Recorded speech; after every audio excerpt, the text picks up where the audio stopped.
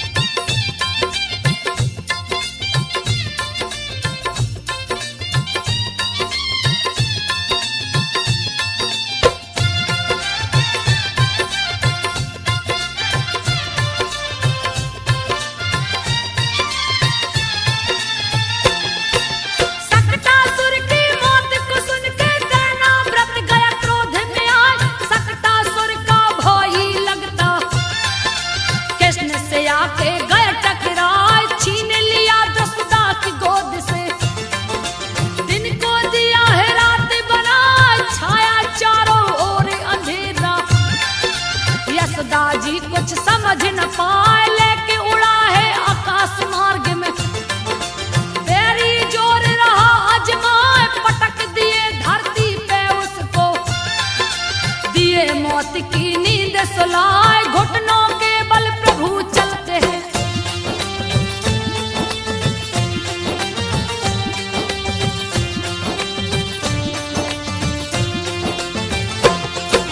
घुटनों के बल प्रभु चलते हैं, मुख पे दही गले पे लगाए, मीठी तोतली बातें करते। गैया की पूछ पकड़ झुल जा, एक दिन रात में चांद को देखा। यशोदा से बोले झुंझलाए, माता मुझको चंदा मंगा दो। कितना सुंदर रहा दिखाए, सुन के बातें श्री हरि की। चंदा मन ही मन मुस्काए, पानी परात में भर के लाई। उसमें चंदा दी दिखलाए, हाथ परात में डाल प्रभु ने।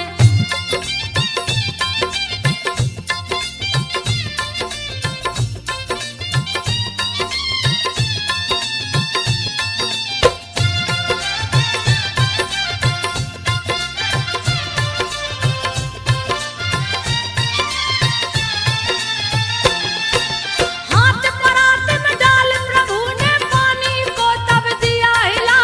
खो गए चंदा फिर लगे रोने, मैया दो चंदा मंगवाए। खेल देख के श्री हरि का, चंदा उतर के अंगना में आए, अनेक तरह की लीला करके। दूध दही माखन को चुराए, रोज उलेहना ग्वाले गोपे। यशोदा जी को रहे सुनाए, माता जी से कान्हा कहते। मैया में नहीं माखन खाए, गोप गोपियां पड़े हैं पीछे।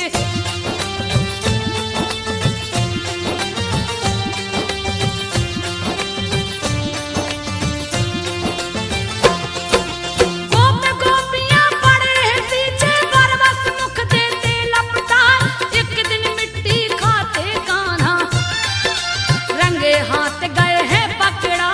मुंह खोल के लगी देखने, मुख में तीनों लोक दिखाए। ज्ञान हो गया यशोदा जी को, अपनी गलती पर पछताए। बालक नहीं ये श्री हरि है, तीनों लोक रहे दिखलाए। ग्वाल बाल संग गाय चराने, श्री हर वन उपवन में जाए। क्रोधित कंस ने बकासुर को,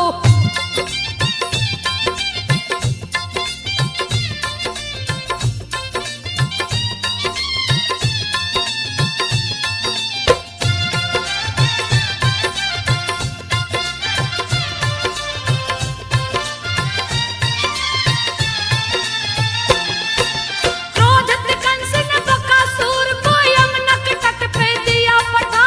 बगुल का रूप धार के आया, ग्वाल बाल सब गए डराए। गैया बछड़ा भागन लागे, दिया भारी उत्पात मचाए। कृष्ण को चोंच में बंद कर लिया, ग्वाल बाल सब गए घबराए। मुख के भीतर बड़े हो गए, पांव तले दिए चोंच दबाए। बकासुर का वध कर डाला, कंस भी भय से गया घबराए। क्रोधी कंस ने अघासुर को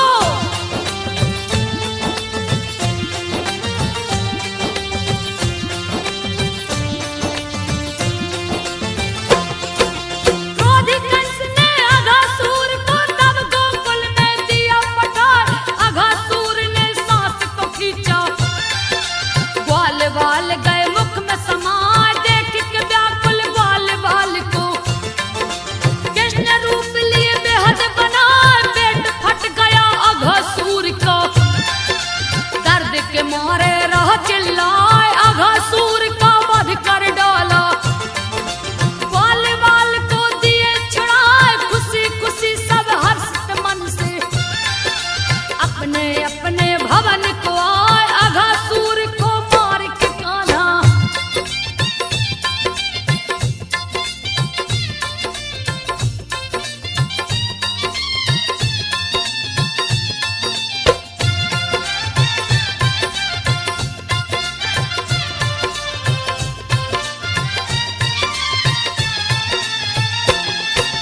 अघासुर का वध कर डाला, आसन यमुना तट पे लगाए, मित्रों संग जलपान करते। गैया बछड़े गए भुलाए, ब्रह्मा ने लिया कठिन परीक्षा। सखा सहित लिए सब कुछ चुराए, ब्रह्मा ने सबका हरण कर लिया। कोई कहीं नजर नहीं आए, उसका भी वो हरण करते। जो भी उसको खोजन जाए, देख के अस में आई विपत्ति। ग्वाल बाल सब गए घबराए, दिव्य दृष्टि से कृष्ण ने देखा।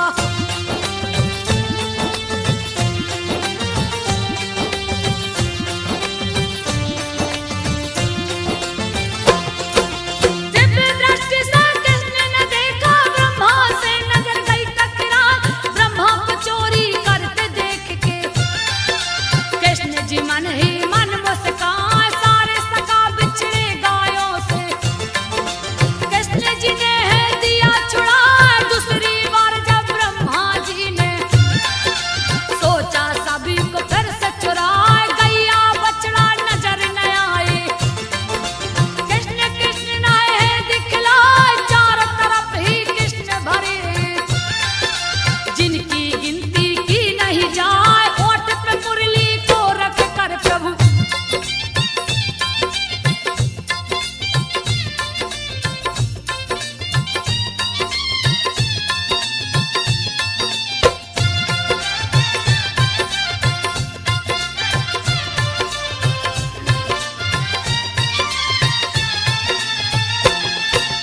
ओठ पे मुरली को रख कर प्रभु मंद मंद है रहे मुस्काए।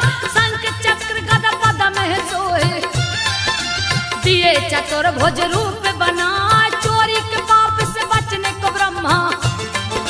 कृष्ण की स्तुति रहे सुनाए, बोले जय हो कृष्ण कन्हाई। ओम नमो भगवते वासुदेवाय, आप ही माता पिता सखा हैं, आप ही तो है मेरे भाई। लेना चाहा परीक्षा आपकी, मेरी चूक क्षमा हो जाए। ब्रह्मा जी को किए माफ प्रभु।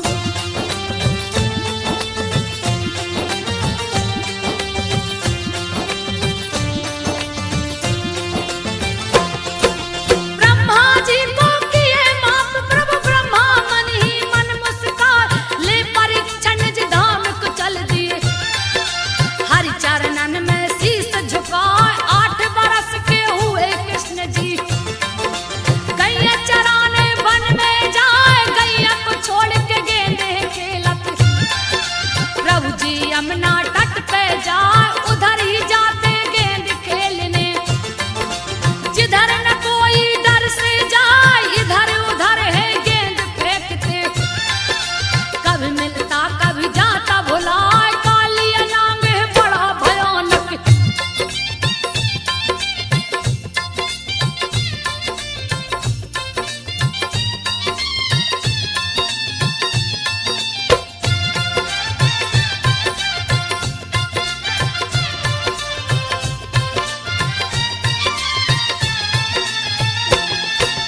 कालिया नाग है बड़ा भयानक, जिसका वर्णन किया न जाए। हर पल विष को गलता रहता, यमुना को दिया दुष्ट करा। जो भी प्राणी पानी पी ले, विष के असर से वो मर जाए। विष के मारे यमुना का पानी काला काला नजर है आए। 10 योजन तक विष फैलाया, जिसके अंदर कोई न जाए। भूल से जो भी चला जाता है, लौट के फिर वापस न आया। कालिया मर्दन को चल दिए हैं,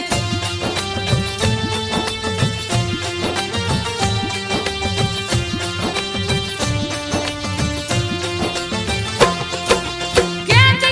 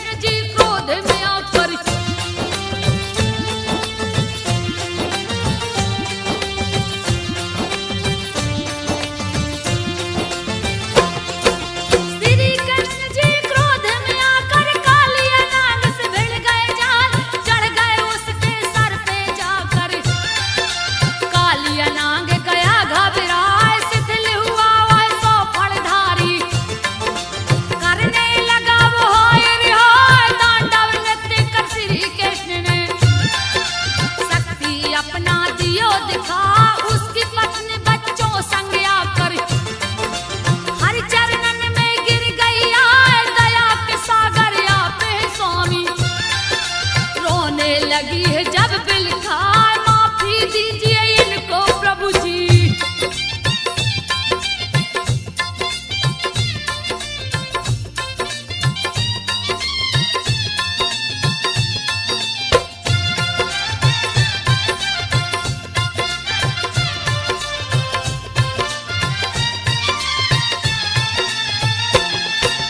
माफी दीजिए इनको प्रभु जी दास लीजिए अपना बना मेरे सुहाग की रक्षा कीजिए। श्री हर सुनकर गए मुस्काए छोड़ दिया है नांग को उसने। काली नांग गया होश में आए श्री कृष्ण को शीश झुकाया। श्री हरि ने उसको समझाया यमुना नदी छोड़कर तुम जाओ। रमणीक दीप को दिया पठाए निर्भय कर दिया काली नाग को।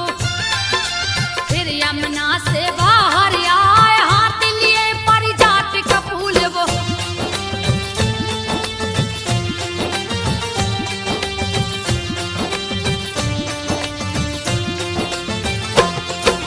हाथ लिए परिजात का फूल वो ब्रजवासी सब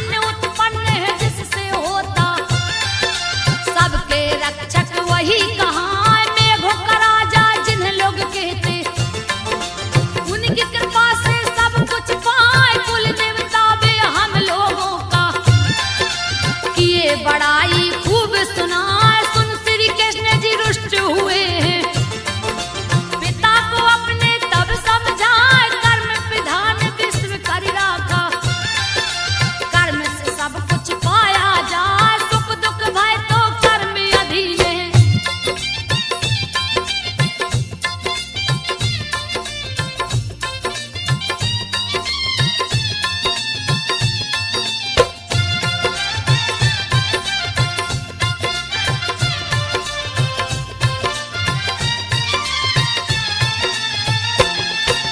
सुख दुख भय तो कर्म अधीन है, कर्म से बढ़ के कुछ भी ना, वशीभूत सब इसके प्राणी, कर्म की महिता कहीं न जाए, कर्म ही शत्रु कर्म ही मित्र है, कर्म ही देवता असुर कहवाए, कर्म से बढ़कर कुछ नहीं दूजा। श्री कृष्ण जी रहे बतलाए, बिन अग्नि ना दूध ओटेगा, कर्म प्रधान का सब में दिखाए, इंद्र नहीं मोक्षदायक देवता, हो नहीं सकते कभी सहाय, बिना कर्म किए कुछ नहीं मिलता।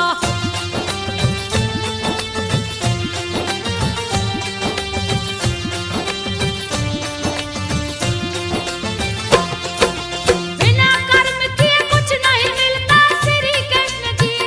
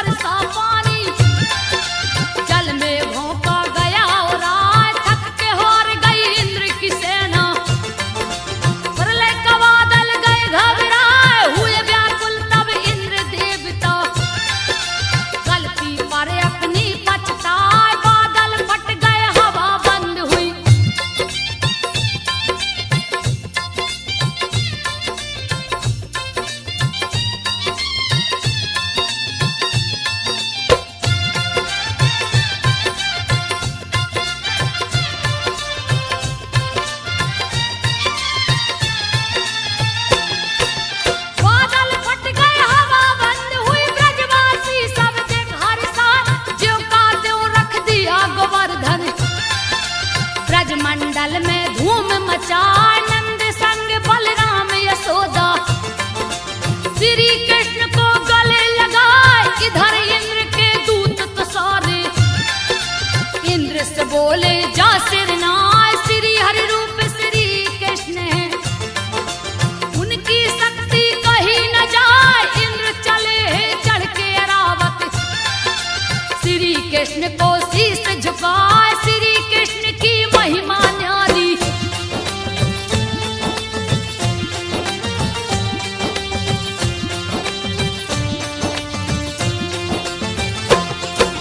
श्री कृष्ण की महिमा न्यारी जिसको कोई समझ न पाए। 8 बरस के प्रभु हुए तो यशोदा से बोले हर साय गैया चराने वन में जाऊं। मुझको दो आज्ञा दिलवा यशोदा जी और नंदन मिलकर। सुबह मुहूर्त दिया दिखा धूमधाम से श्री कृष्ण जी। गऊ चराने वन में जा एक दिन एक सखा ने बोला। कृष्ण से बोला जा हर साय थोड़ी दूर पे चाल बन।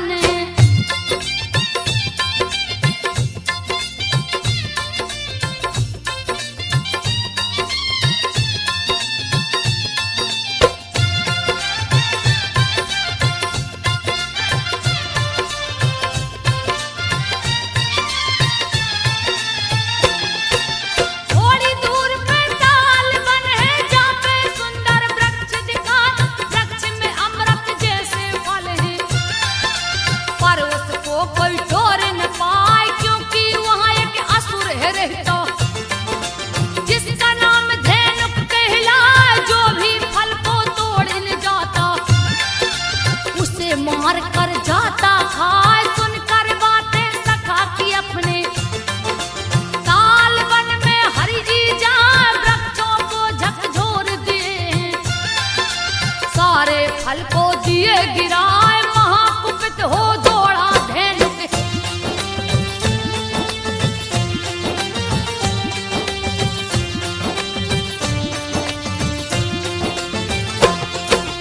महाकुपित हो दौड़ा धेनुक बलराम से जा गए टकराए।